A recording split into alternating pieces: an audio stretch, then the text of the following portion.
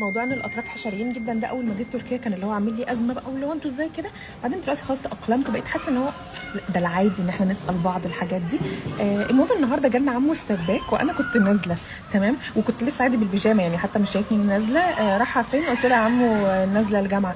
هو مش الجامعه قفلت وبقت اونلاين؟ ما انا نازله قبل صاحبتي عندنا حاجات. هتعملوا ايه؟ قلت له هنقعد نرسم. قام قايل لي وهي ما تجيش عندك البيت ليه؟ قلت له مفيش يا عم عشان هي ساكنه بعيد، فعشان كده يعني مش هينفع انها تيجي لحد عندي، في الجامعه مكان في النص بينا. وايه اسمها ايه؟ قلت له اسمها كذا. قال لي وجنسيتها ايه؟ راجل تركي. قلت له تركيا يا عم. قام قايل لي طيب تمام ماشي، طب هتقعدوا ترسموا ايه؟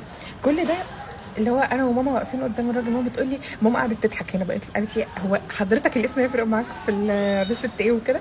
قالوا كده طيب تمام. بعد كده لما دخل المطبخ يعمل حاجه لقى فيه مواعين الفطار لسه ما لحقتش غسلتها، قال لي مالكيش نزول الا لما تغسلي مواعين.